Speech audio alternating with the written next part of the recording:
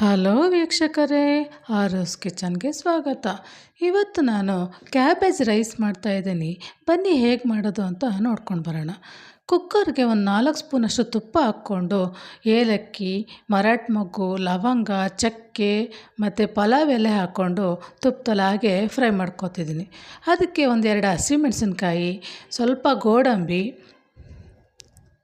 ಆಮೇಲೆ ದೊಡ್ಡದಾಗಿ ಹೆಚ್ಚಿಟ್ಕೊಂಡಿರೋ ಅಂಥ 2 ಈರುಳ್ಳಿ, ಶುಂಠಿ ಬೆಳ್ಳುಳ್ಳಿನ ಜಜ್ಕೊಂಡಿದ್ದೀನಿ, ಅದು ಹಾಕ್ಕೊಳ್ತಾ ಇದ್ದೀನಿ. ಇದಕ್ಕೆ ನಾನು 2 ಟೊಮೊಟೊ ಹೆಚ್ಚಿಟ್ಕೊಂಡಿದ್ದೀನಿ, ಅದನ್ನು ಹಾಕ್ಕೊಂಡು ಹಾಗೇ ಫ್ರೈ ಮಾಡ್ಕೊಳ್ತಾ ಇದ್ದೀನಿ. ಎಲೆಕೋಸನ್ನ ನಾನು ಬಿಸಿನೀರಲ್ಲಿ ತೊಳ್ಕೊಂಡು ಹೆಚ್ಚಿ ಹಾಕ್ತಾಯಿದ್ದೀನಿ.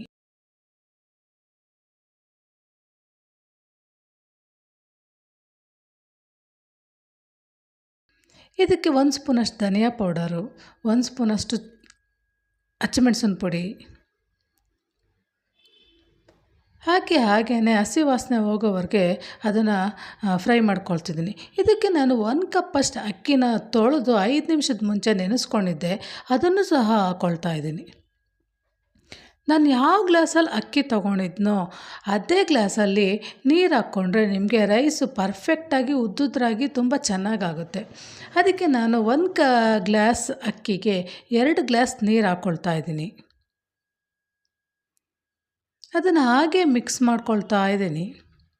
ಇದಕ್ಕೆ ನಾವು ರುಚಿಗೆ ತಕ್ಕಷ್ಟು ಉಪ್ಪು ಹಾಕ್ಕೊಳ್ತಾ ಇದ್ದೀನಿ. ನಿಮಗೆ ತುಂಬ ಉದ್ದಿದ್ರೂ ಬೇಡ ಅಂದರೆ ಇನ್ನೊಂದು 1/4 ಕಪ್ಪಷ್ಟು ನೀರು ಹಾಕ್ಕೊಂಡ್ರೆ ಇನ್ನೂ ಮೆತ್ತಗೆ ಆಗುತ್ತೆ ಅನ್ನ.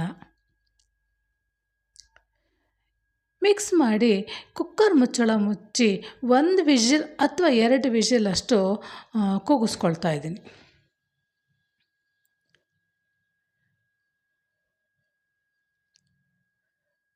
ನೋಡಿ, 2 ವಿಷಿಲ್ ಕೂಗಿಸ್ಕೊಂಡಿದ್ದೀನಿ.